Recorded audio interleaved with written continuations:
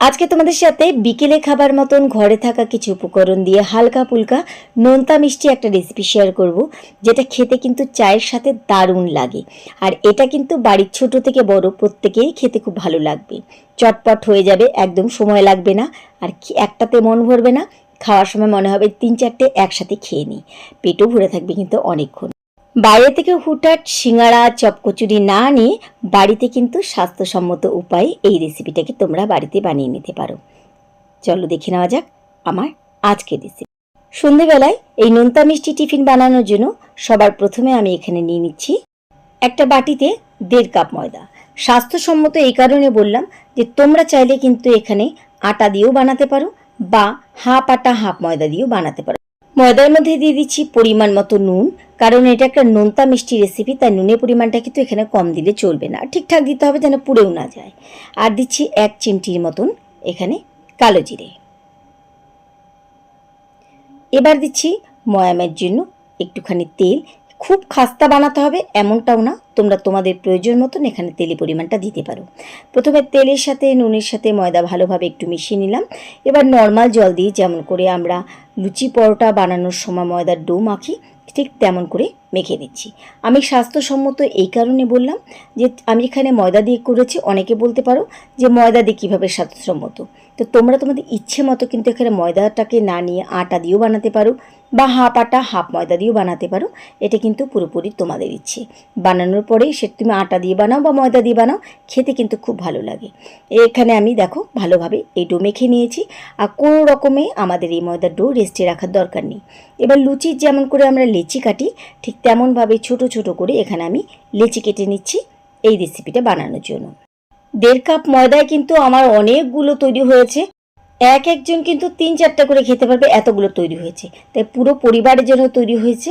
আর এটা কিন্তু খাওয়ার পরে অনেকক্ষণ কিন্তু পেট ভরে থাকবে। তো অনেকগুলো লেচি আমি এখানে কেটে নিয়েছি। এবার ছড়িয়ে দিলাম শুকনো ময়দা। চাইলে তোমরা এখানে তেল দিয়ে বেলতে পারো, আবার আটা দিয়ে যদি বানাও আটাও কিন্তু ছড়িয়ে নিতে পারো। যেমন করে আমরা লুচি বানাই ঠিক তেমনভাবেই এই লেচি বেলে আমাদের পাতলা লুচি বানাতে হবে। খুব বড় ছোট বানাতে যাবে না, একদম মাঝারি সাইজে লেচি কেটে এরকম ঠিক লুচির সাইজ করবে, তাহলে দেখতেও ভালো লাগবে। তো আমার এখানে কিন্তু একটা লুচি বেলা হয়ে গেছে। এটা যেহেতু আমি নোনতা মিষ্টি বানাচ্ছি, তাই এখানে কিন্তু এবার আমাদেরকে পুর দিতে হবে। আর এরকম পাতলা পাতলা লুচিটা বেলার চেষ্টা করবে। পুরের জন্য আমার এখানে আগে বাড়িতে একটু ছানা ছিল, তোমরা চাইলে এখানে গুঁড়ো দুধ ব্যবহার করতে পারো বা সুজি হালকা করে ভেজে দিতে পারো, সেটাও কিন্তু খেতে খুব ভালো লাগে। যেহেতু আমার কাছে ছানা ছিল তাই আমি ছানা দিচ্ছি, তোমরা যেমন খুশি এখানে পুর দিতে পারো। প্রথমে দু সাইডটা একটুখানি দেখো মুড়ে নিলাম। এবার 1 চামচ এখানে আমি ছানা নিয়েছি। আমি ছানাটাকে কিন্তু খুব সুন্দর করে চিনি দিয়ে আর এলাচ দিয়ে একটুখানি হালকা করে ভেজে রেখেছি। এবার দেখো কি সুন্দরভাবে এভাবে মুখ চেপে চেপে এটাকে মুড়িয়ে দিচ্ছি।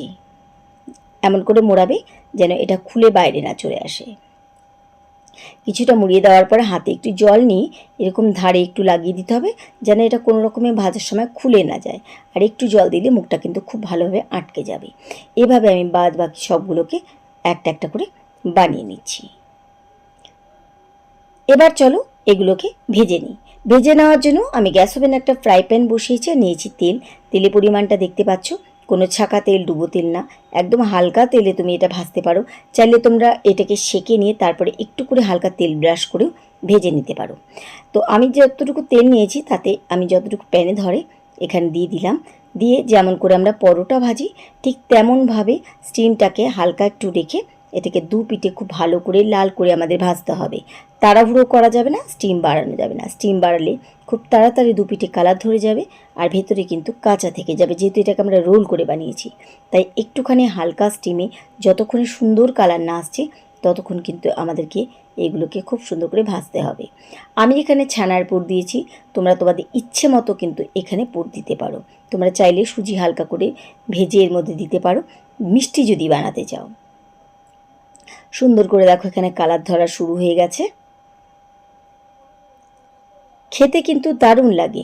তোমরা কিন্তু ঝটপট যদি কি বানাবে বিকেলে টিফিন ভাবছো, তাহলে একবার কিন্তু এই রেসিপিটাকে অবশ্যই ট্রাই করতে পারো। দু পিঠে লাল করে আমি ভেজে নিয়েছি। এবার তেল ঝরিয়ে আমি এখান থেকে একটা একটা করে তুলে নিচ্ছি।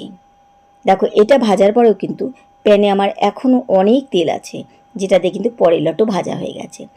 এই ছিল আমার খুব সহজ একটা রেসিপি, যেটা আমার মনে হয় প্রত্যেকেই বানাতে পারবে। কেমন লাগলো আমার আজকের রেসিপি অবশ্যই কিন্তু তোমরা কমেন্ট করে জানাবে। আর রেসিপি ভালো লাগলে বরাবরের মতো কিন্তু লাইক শেয়ার করতে ভুলো না। তাহলে আজকের মতো সবাইকে ধন্যবাদ জানিয়ে এখানেই বিদায় নিচ্ছি। দেখা হবে আবার অন্য কোনো রেসিপির সাথে অন্য কোনো দিন। সেই পর্যন্ত সবাই খুব ভালো থেকো, সুস্থ থেকো।